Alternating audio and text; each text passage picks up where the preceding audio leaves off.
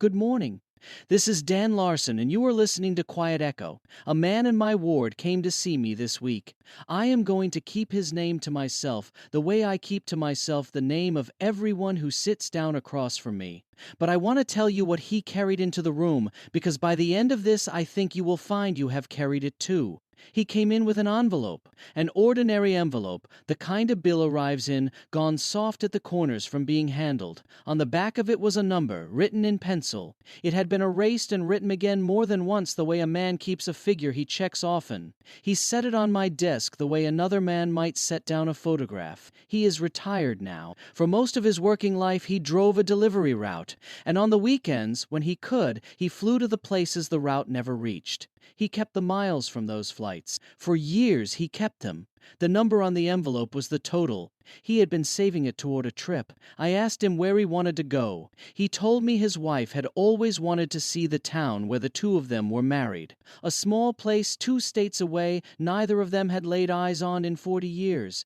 He had been saving toward the trip since their 40th anniversary. Their 50th is in September. And then he told me why he had come to see me. He had read the news about the airline. You have probably read it too.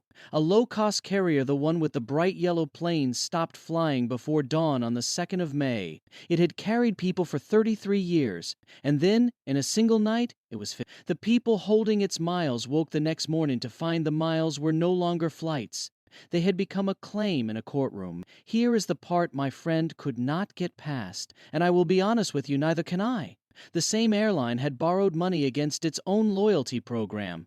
It had taken the program, the miles, the whole machinery of the thing, and pledged it to its lenders as security for the loan. To those lenders, the program was an asset. It was counted. It was valued. It was placed first in line to be paid. And the members? The people who had earned the miles, who had saved them, who had trusted them, they were placed last, behind everyone else the company owed. Sit with the two sides of it. To the lender, the loyalty program was collateral, something solid enough to lend a great deal of money against.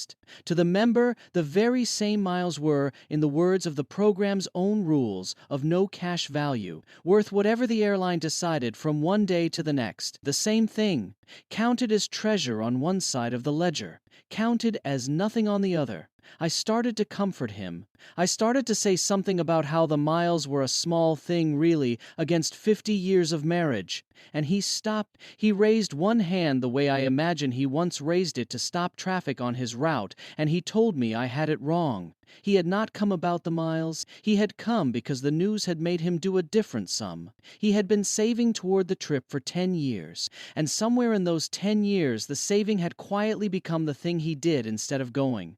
Every year there was a reason to wait.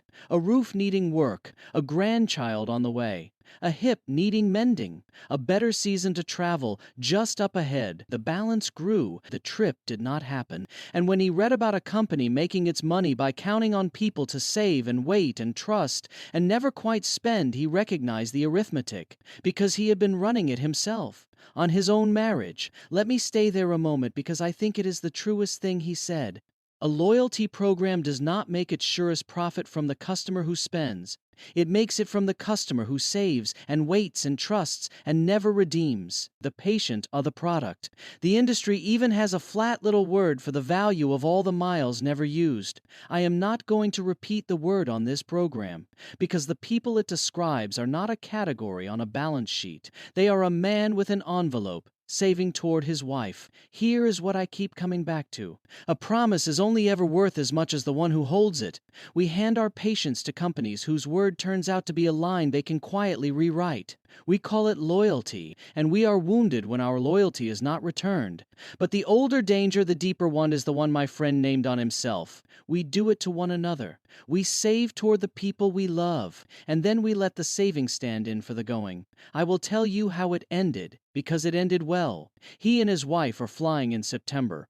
He booked the trip before he even left my office, paid for it in cash on an airline still in the air. He did not wait for me to tell him it was not too late. He told me. He had counseled himself better than I could have counseled him. The miles a company hands you can be marked down to nothing in a single night, but the promise between two people to go somewhere together, no one can mark it down. No one holds the lien on it but you. So if there is someone you have been saving towards some trip, some visit, some afternoon you keep meaning to get to, I will leave you with the one word my friend left with me.